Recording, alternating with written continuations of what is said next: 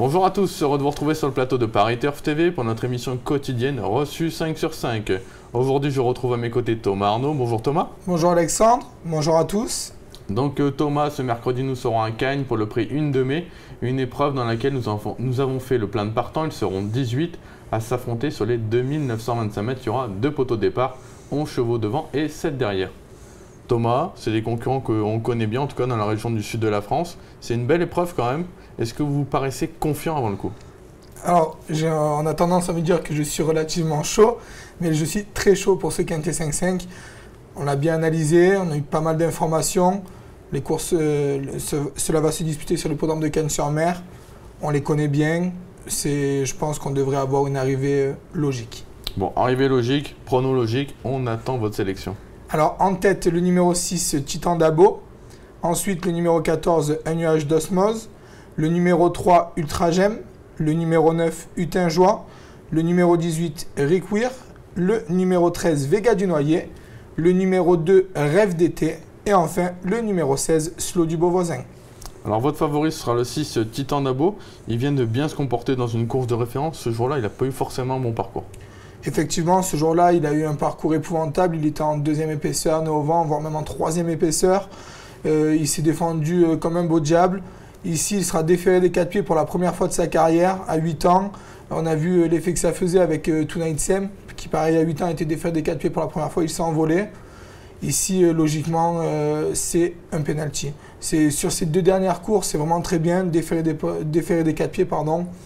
C'est la base intégrale de la course. Bon, penalty, c'est peut-être un peu présomptueux, mais c'est vrai que ça sent bon. Il y a tous les éléments qui concordent et du coup qui font dire que ce choix-là peut gagner à une cote intéressante en plus. Il peut gagner, mais il va gagner. D'accord. S'il ne gagne pas, Thomas, on se reverra sur ce plateau.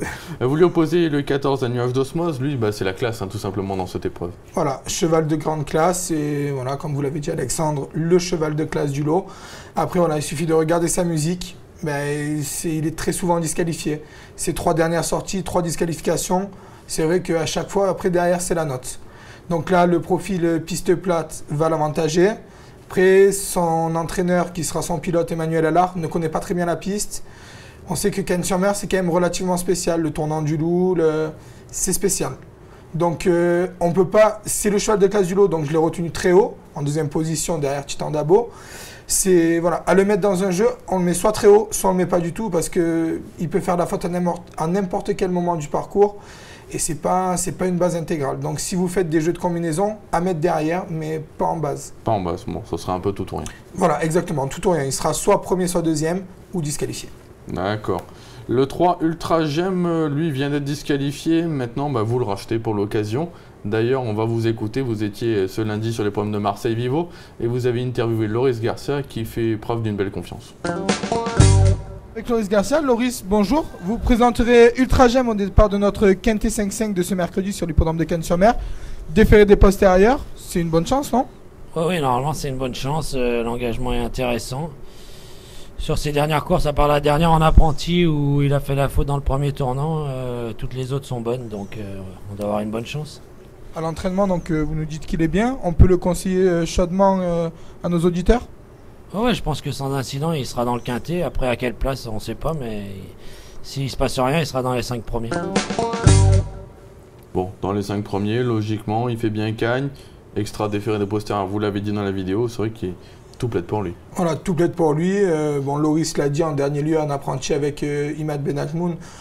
Ça s'est mal passé. Dans le premier tournant, il a fait la faute. En dernier lieu, il finissait très vite derrière Tonight Sam. Après avoir tardé à trouver le passage. Déféré des postérieurs, c'est 7 sur 8, 4 victoires, 2 deuxième places, une 4e place. Donc, et une fois disqualifié, logiquement, il devrait, Loris le dit de toute façon, il devrait finir dans les 5 premiers. C'est une base très solide. Bon, un cheval régulier aussi, c'est le 9 Hutin Joie. Lui, c'est pareil, on peut rien lui reprocher. On peut absolument rien lui reprocher. Il fait toutes ses courses. Le dernier coup, on était d'ailleurs sur l'hippodrome de Cagnes-sur-Mer, c'était le gros bruit de l'hippodrome. Il terminait 3e sans démériter, loin de là. Il était battu par Tamaro Inoue. Le coup d'avant, il terminait 2e d'un certain Laurier Dag, qui, sur les pistes plates, il est archi déclassé. Son entourage le compare à Armando Kivichov. Donc bon, voilà. Je pense qu'en plus, il va faire du train. Peut-être pas pour gagner, mais il va falloir... il sort dans le quintet, je pense. c'est très bien. Un placé en puissance. Ouais, un placé en puissance. Surtout que bon, en dernier lieu, il a trotté 14-4 quand même. Donc c'est très bien s'il trotte 14-4. Derrière, il va falloir bouger les crayons pour revenir. Bon, bouger les crayons, il faudra être fort. Du coup, pour le 18 Rekvir, c'est un cheval que vous aimez bien surtout l'entourage. Mais apparemment, vous avez de bons bruits de Yannick. Voilà, de bons bruits sur Rekvir. Lors de sa première tentative ici à Cannes-sur-Mer, il terminait 5e avec Yvan Lacombe dans le primage de la Méritée, qui était remporté par Recital Carizet. Ce jour-là, il courait très bien. Yvan était très content à la descente de Sulky. En dernier lieu, il a joué de malchance. C'était le 18 décembre. Yannick, à sa descente de Sulky, était vraiment déçu parce qu'il avait beaucoup de gaz. On lui a coupé les pattes. Donc il aurait pris un très bon lot. Depuis, il a préparé cet engagement. Son dernier travail était vraiment bien. Sans incident, il devrait conclure dans les 5 premiers. Yannick est quand même relativement confiant, pas pour la victoire, parce que devant, voilà, ça sera dur de rendre les maîtres, mais il devrait logiquement conclure dans les 5 premiers. Bon, donc un outsider intéressant en tout cas dans cette épreuve. Thomas, on vous remercie beaucoup. Cette semaine, c'est bien évidemment la semaine du Prix d'Amérique. Votre favori, Thomas, pour le Prix d'Amérique? Open Quick. Open Quick, bon, ce sera le favori de la France entière. Mais en tout cas, s'il venait à gagner, ce serait tant mieux pour nous. En tout cas, tant mieux pour la France. Ça serait pas mal, on va espérer. Bon, on compte sur Jean-Michel Bazir et Franck Leblanc. D'accord, merci beaucoup Thomas. On se retrouve bien évidemment sur ce plateau pour notre Quintet 5-5 de jeudi à Vincennes. Et on vous dit de bons jeux à tous et à très bientôt. Au revoir. Au revoir.